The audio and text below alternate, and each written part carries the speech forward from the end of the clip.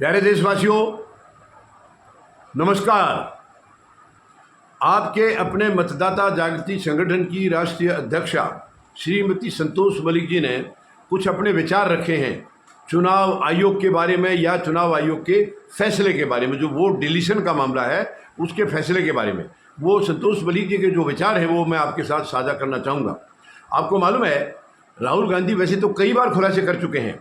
एक बार कर्नाटका में किया था, यानी जो वो इसका पिछले लोकसभा चुनाव में एक शायद वो बेंगलोर की सेंट्रल लोकसभा सीट थी, उसके नीचे महादेवपुरा एक विधानसभा सीट आती है, उसका खुलासा किया था 7 अगस्त को, जिसको एटम बम बताया था इन्होंने।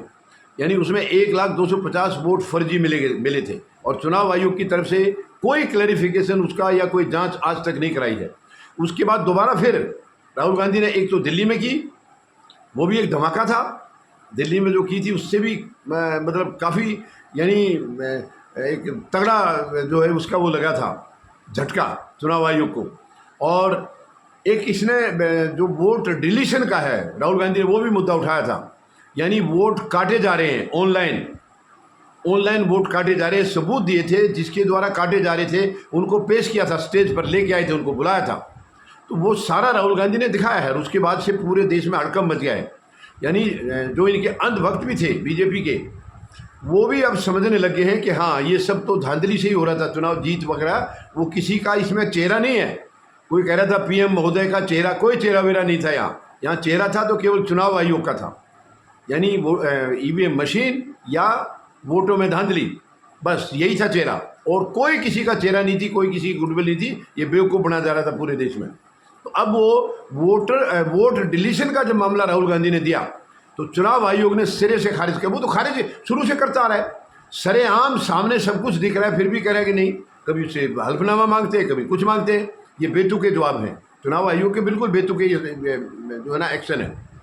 तो वो वोट डिलीशन के लिए साफ कह दिया कि ऑनलाइन तो वोट डिलीशन हो ही नहीं सकता। ये चुनाव आयोग ने कहा है, खुद मुख्य चुनाव आयुक्त महोदय ने कहा है, जबकि ये झूठ है। ऑनलाइन हुए हैं, डिलीट हुए हैं।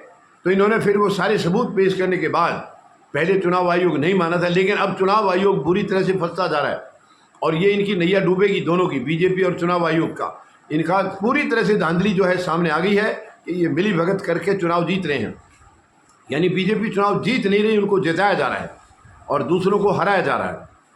तो अब उसने आखिर में अपने आप को सरेंडर कर दिया है चुनाव आयोग ने।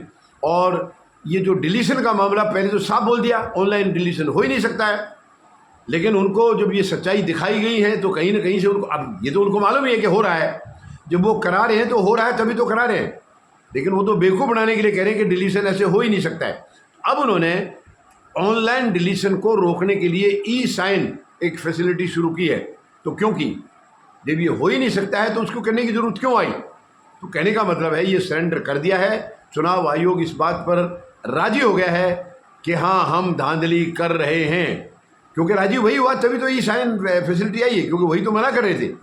बोला ये संभव नहीं है, राहुल गांधी झूठ बोल रहे हैं, गुमराह कर रहे हैं सबको। यहाँ तक कहा गया है, वो गुमराह कर रहे हैं, वोट जो है डिलीशन ऑनलाइन हो ही नहीं सकता है। जबकि राहुल गांधी ने बताया था कि वोट डिलीट जो हुई हैं ये आनंद विधानसभा सीट है कर्नाटका की, और जो डिलीशन किया गया वो कर्नाटका में नहीं किया गया, कहीं बाहर बैठ करके किया गया है, किसी दूसरे राज्य से मोबाइल का इस्तेमाल करके। सारे सबूत दिए उन्होंने, बिल्कुल पूरे कंप्लीट सामने आदमियों को पेश किया है, किसके आदेश से, किसके मैसेज से, किसने किया, कैसे किया, क्योंकि सब कुछ खुलासा किया।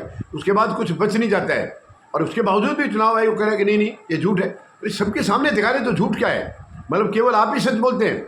आज की तारीख में ऐसा माहौल लग रहा है कि सच्चाई या तो चुनाव आयोग बोलता है और या फिर बीजेपी बोलती है, इनके अलावा बाकी सब झूठे हैं। पूरा देश, पूरा 142 करोड़ लोगों का देश झूठा है, केवल यही दोनों सच्चे हैं। ये शर्मनाक है, बहुत शर्मनाक है। और चुनाव आयोग के लिए शायद इससे ज़्यादा शर्मनाक कुछ हो नहीं सकता है। चुनाव आयोग जिसके ऊपर निष्पक्ष चुनाव करने की जिम्मेदारी है, चुनाव कराने की निष्पक्ष जिम्मेदारी है, ताकि लोकतंत्र को बचाया जा सके। अब इस तरीके से अगर चुनाव आयोग चुनाव जिताने लग जाएगा तो भ्रष्ट लोग, निकम्मे लोग और घटिया लोगों को तो कोई राजनीति से बाहर कर ही नहीं सकता है। क्योंकि ज़्यादातर वही लोग होते हैं जो धांधली करते हैं या जो मिली भगत करके कर रहे हैं। अभी देखिए, मैं किसी के ऊपर कोई आरोप नहीं लगा रहा हूँ, लेकिन जो सामने दिख रहा है, अब बीजेपी देखिए सभी के सभी 100% ना कभी आदमी गलत होते हैं, ना कोई कंपनी गलत होती है, ना कोई व्यवस्था संसाधन वो है। 100% ना गलत होते हैं, 100% ना सही होते हैं। तो मैं किसी इंडिविजुअली किसी के ऊपर आरोप नहीं लगा रहा हूँ, लेकिन ये बात साफ है, बीजेपी के अंदर अगर ईमानदारी होती, चुनाव आयोग में ईमानदारी होती, तो इनकी मिलीभगत हो ही नहीं सकती थी। मिलीभगत हुई इसलिए है कि दोनों तरफ बेईमाना है, दोनों तरफ धांधली की मंशा बनी है। वो इनके सेल्फ इंटरेस्ट हैं, किसको क्या वेलफेयर चाहिए, किसको क्या वेलफेयर दिया गया है, किसके हाथ में कितनी पावर है, किसके हाथ में क्या चाबी है, वो सब इनको देख करके ये साफ तौर पर जाहिर हो गया है कि ये निजी हित में इन्होंने किया है, अपने अपने हित के लिए किया, जो कि शर्मनाक है। क्या चुनाव आयोग अब देश के सामने मुंह दिखाने लायक रहेगा जब ये सारी चीज़ों का इनका खुलासा होगा एक एक करके? जब सारी चीज़ें बाहर आ जाएंगी कि 2024 का जो चुनाव है पूरी तरह धांधली से 240 सीट आई हैं, यानी मेजोरिटी से तो काफ़ी दूर रह गई, मगर ये 240 में भी कह रहे हैं कि कम से कम 90 से 100 तक सीटें और इनकी कम होनी थी अगर ईमानदारी से चुनाव होता तो ये बहुत बड़ी बात है, बहुत बड़ी बात है। 90 से 100 सीट, यहाँ तो एक वोट भी अगर किसी ने हेराफेरी कराई है वही गलत है, कानून में वही गलत है, और यहाँ तो कितनी सारी सीटों पर गड़बड़ी हुई है।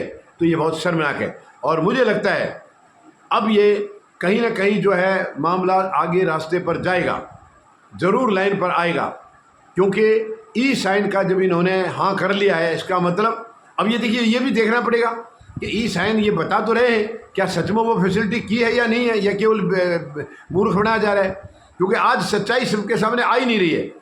तो ये शर्मनाक है। फिर भी मैं उम्मीद लगाता हूँ कि चुनाव आयोग भी अपने अंदर झांकेगा, बीजेपी भी अपने अंदर झांकेगी, और ये अपने आप में सोचेगी, मंथन करेगी कि देश के सामने कैसे चेहरा दिखाओगे, देश से कैसे आंखें मिलाओगे इतनी गलत काम करके। यानी इससे बड़ा कोई देशद्रोह हो ही नहीं सकता है।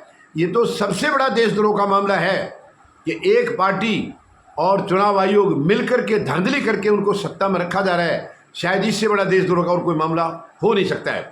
अब देखते हैं, माननीय सर्वोच्च न्यायालय में ऑलरेडी केस चल रहा है, कुछ और भी दाखिल होने की उम्मीद लग रही है, PIL वगैरह और भी दायर की जाएंगी ऐसा लग रहा है। तो अब देखते हैं माननीय सर्वोच्च न्यायालय क्या फैसला लेते हैं। धन्यवाद। जय जवान, जय किसान, जय हिंद।